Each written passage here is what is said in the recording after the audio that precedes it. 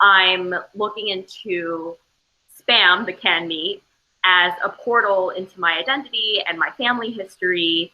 And by having this conversation with my family about the first time they had spam, it unravels all these other things that I'd never heard of. It is like a surreal autobiography. So one of the things that happens is while I'm reflecting on the Korean War, which is how spam came to Korea, it was through the American soldiers that brought it with their army rations. I'm struggling from the civil war at home. My parents sold our old house when they got separated, so my dad ended up moving to the one next door. The layout is a mirror image of the one I grew up in. My mom tried to throw out a bunch of stuff before he moved, but it looks like he retrieved everything. He says each item holds priceless memories. My mom says it's priceless because it's trash.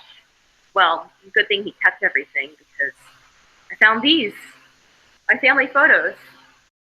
Our old house in Gravesend, our old church. This is from my first communion. Me and Connie in Hawaii. And this is Connie and her mom, who taught me how to make spam musubi. And this is when my parents first moved to New York in the 70s. First adventures in Coney Island. And here he kept all their photos from Korea. These are my mom's parents, my grandma, grandpa. And he showed me photos I've never seen before. This is my dad in the black coat, his brother, his sisters. He was born up north in Pyongyang. He told me when the war broke out, my grandma was pregnant and was scared for her children. My grandparents owned a factory and they knew their wealth would make them a target, so she converted whatever money she could into gold bars and tied them around her waist and gathered her children to move south. Her brother, who was a doctor in the military, helped her escape. But my grandpa stayed behind.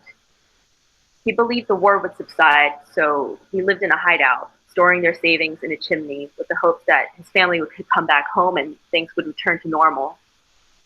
He waited for 2 years. When he learned the demarcation line was drawn and no one could leave, he burned all his money in that chimney. He hired a smuggler to help him cross Hangang, the Han River. Bombs fell, and he was one of the few who survived the crossing. This was taken shortly after he united with my grandma and his children, meeting my aunt for the first time since she was in the womb. We found that my grandma had been supporting the family by buying and selling supplies from US Army bases. As they rebuilt their life together in Seoul, my grandma mourned her sister, who was captured when they tried to flee, and their brothers who were never found. My grandpa ached for his parents and brother who were trapped in Pyongyang.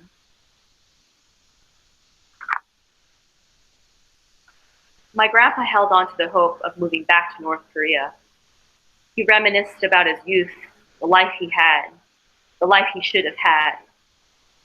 Just like my dad feels about moving to America.